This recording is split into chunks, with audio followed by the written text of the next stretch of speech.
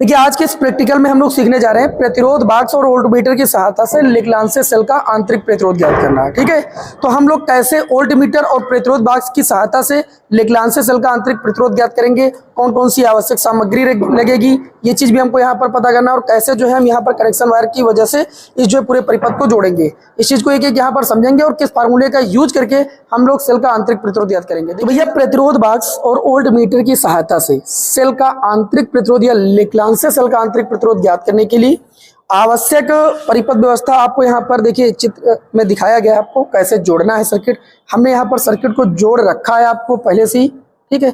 और Lagrange cell को कैसे बनाया जाता है इसके लिए मैंने आपको पहले ही बता दिया है कि इसमें एक होता है भैया डिकोलाइजर। ये जो डिकोलाइजर होता है इसमें MnO2 मतलब मैग्नीज डाइऑक्साइड और जो है ये कार्बन की एक राड होती है, इसका मिश्रण होता है। और यहाँ पर होती है एक आपकी जिंक की राड, ये कैथोड की तरीके से कार्य करती है, मतलब रीड इलेक्ट्रोड, और ये एनोड मतलब धन सिरा होता है बैटरी का। सबसे पहले हम सभी लोग क्या करेंगे, ये जो लेग्रांजे सेल है इसका हम सभी लोग निकालेंगे विद्युत वाहक बल। क्या निकालेंगे? विद्युत वाहक बल। यहाँ पर देखिए सारणी बनी, अभी आपको भरना भी बता रहे हैं। एक प्रेक्षण लेकर के आपके सामने दिखा देंगे और एक प्रेक्षण से सेल का आंतरिक प्रतिरोध भी आ जाएगा। इसी तरीके से आपको 2-3 प्रेक्षण करने और आपका क्या आ जाएगा, सेल का आंतरिक प्रतिरोध माध्य निकाल करके आ जाएगा।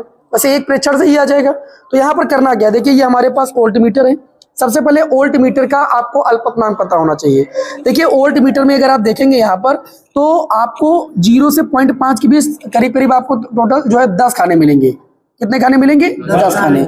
और एक चीज हम बता दें तो 0.5 के बीच अगर देखा जाए 0.5 के बीच हमको 10 खाने मिल रहे हैं तो 0.5 को जब 10 से भाग करेंगे तो ये आपका आ जाएगा 0.05। ये जो 0.05 आया है ये वोल्टमीटर के एक खाने की वैल्यू है। किसकी वैल्यू है? एक वोल्टमीटर के एक खाने की, मतलब इसके अल्पतमांक आ गई।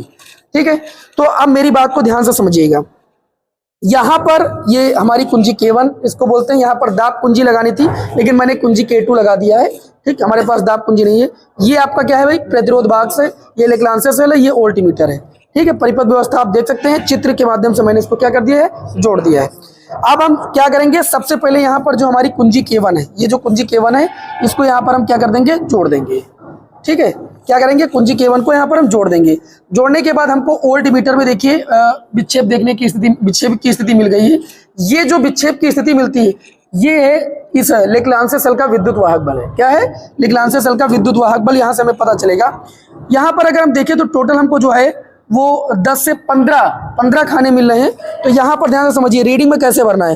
कुंजी K2 खुली होने पर, कुंजी K2 में भी हमने कुछ नहीं किया, वो खुली है आपकी वैसे। तो यहाँ पर खानों की संख्या में कुंजी K2 खुली होने पर यहाँ पर देख सकते हैं कि खानों की संख्या जो हमने ली है वोल्टमीटर में वो कितनी आपकी आई है, 15 खाने आए। कितने खाने आए? 15 खाने। अच्छा, अब E की वैल्यू निकालना है तो एक खाने की वैल्यू कितनी अभी आई थी, अल्पतमांक की वैल्यू मैंने बताया 0.05। जब आप 15 का 0.05 से गुणा करेंगे तो 15 25 कितना होता है, 75। ये आपका आएगा 0.75, 0.2 अंक आगे ही लगेगा, 0.75 आ गया। अब मेरी बात को ध्यान से समझिएगा, कुंजी K1 लगाया तो जो ये वैल्यू आई है ये E की वैल्यू आई है। किसकी वैल्यू आई है? E की। मतलब ये जो लेग्रांजे सेल है इसका विद्युत वाहक बल आया है। कितनी बात समझ में आ गई? अब आपको क्या करना है, कुंजी K2 लगाना है, लेकिन कुंजी K2 लगाने से पहले प्रतिरोध बॉक्स से किसी ओम का आपको प्रतिरोध निकाल लेना है। जैसे मैं यहाँ पर आपके सामने मान लीजिए हमने लेंगे यहाँ से एक रेजिस्टेंस निकाल लिए। अब देखिए ध्यान से, एक रेजिस्टेंस निकाल लिए जो कि करीब करीब 3 ओम का है। अब इस स्थिति में जो वोल्टमीटर में विक्षेप आपको देखने को मिला, देखिए कितने खाने तक मिला, करीब करीब 9 खाने। 10 खाने है क्या? पूरा 9 खाने। कितना है? 9 खाने। तो यहाँ पर देखिए अब रीडिंग में आपको कैसे बनना है। प्रतिरोध आपने कितने निकाला? 3 ओम का प्रतिरोध निकाला। ठीक, कुंजी K2 आपने यहाँ पर लगाई, तो कुंजी K2 दबी होने पर खानों की संख्या वोल्टमीटर में हमको कितनी देखने को मिल रही है? 9 खानों की संख्या मिल रही है। तो अब जब 9 को हम इसकी अल्पतमांक से गुणा करेंगे 0.05 से, तो जो वैल्यू आएगी हमारी वो किसकी आएगी? विभवांतर की, यानी V की वैल्यू आएगी। तो 9 5 कितना होता है? 45। ये आपको 0.45 मिलेगा। भाई 0.2 अंक आगे ही तो लगेगा। तो अब हमको यहाँ से वैल्यू मिल गई V की और वैल्यू मिल गई E की। अब हमको निकालना है आंतरिक प्रतिरोध के लिए स्मॉल r बराबर कैपिटल E बटे V माइनस 1।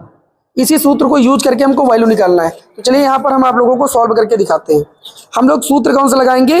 स्मॉल r बराबर कैपिटल R E बटे V माइनस 1।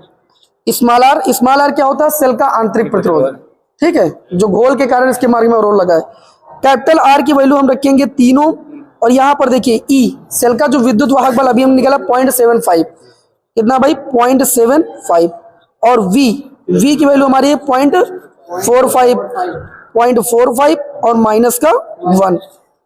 ठीक, अब क्या करेंगे, इसको सॉल्व करेंगे, स्मॉल आर बराबर 3। अब इसको देखिए दशमलव से दशमलव हटा सकते हैं, 5 से काटेंगे, 5 9 45 और 5 1 5 और 5 25। इसको 3 से और काट सकते हैं, 3 3 9 और 3 25 15। ये 5/3 आ गया माइनस का 1।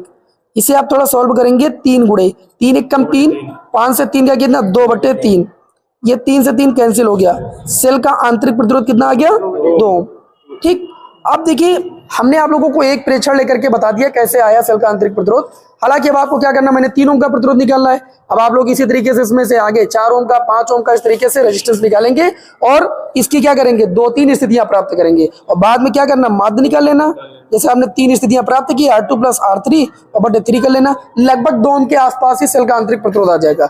इस तरीके से हम सभी लोग क्या करते हैं कि प्रतिरोध बाक्स और वोल्टमीटर की सहायता से लेक्लांसे सेल का आंतरिक प्रतिरोध ज्ञात करते हैं। हमें उम्मीद है आप लोगों को समझ में आ गया होगा।